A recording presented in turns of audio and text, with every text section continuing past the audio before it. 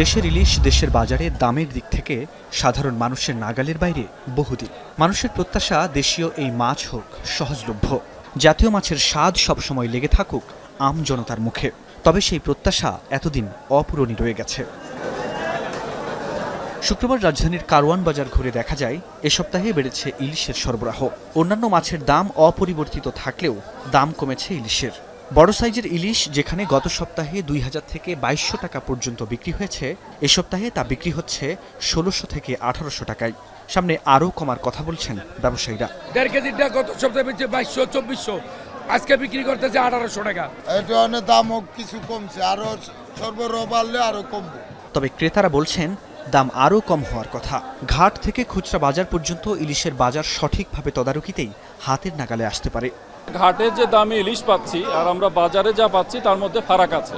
সুতরাং এই ফারাকটা যতক্ষণ পর্যন্ত দূর না হবে ক্রেতার কাছে, ততক্ষণ পর্যন্ত সুলভ মূল্যে ইলিশ আসবে না। দোকানও ঠিক আছে, এক্সপোর্টও হচ্ছে না, তাহলে কোন জায়গায় জানি একটা মনে হয় মধ্যস্বত্বভোগীর একটা কিছু কারবার এখনো আছে। একই সাথে কমেছে কাঁচা মরিচের দামও। কয়েকদিন আগেও যে মরিচের দাম 200 টাকা কেজিতে বিক্রি হয়েছে তা এখন 40 টাকা কমে হয়েছে 160 টাকা। কালকে আজকে 160 টাকা। আর দেশি মরিচ দাম তো এখানে একটু দাম কমছে। আমদানি বেশি, দেশি মরিচের আমদানি বেশি হয়েছে। আগে আমদানি কম ছিল, দাম বেশি ছিল।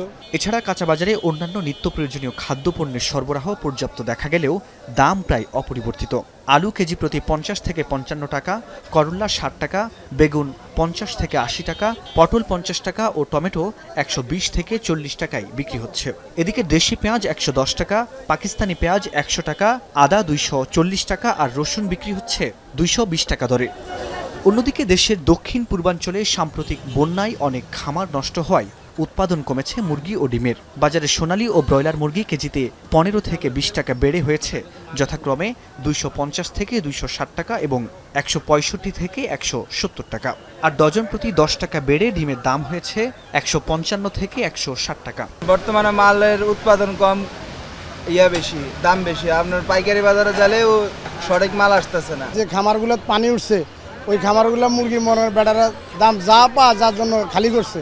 এখন তো মনে হয় খামারগুলো খালি হয়ে গেছে, এখন আস্তে আস্তে মালটা উৎপাদন করে কুলে আসতে হবে।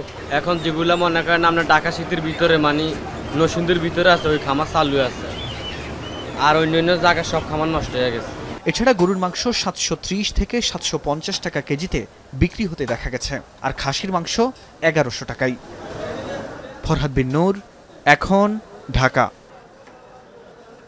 শিয়া বাটার ও ভিটামিন ই সমৃদ্ধ lily glam beauty soap. Lily, always beautiful.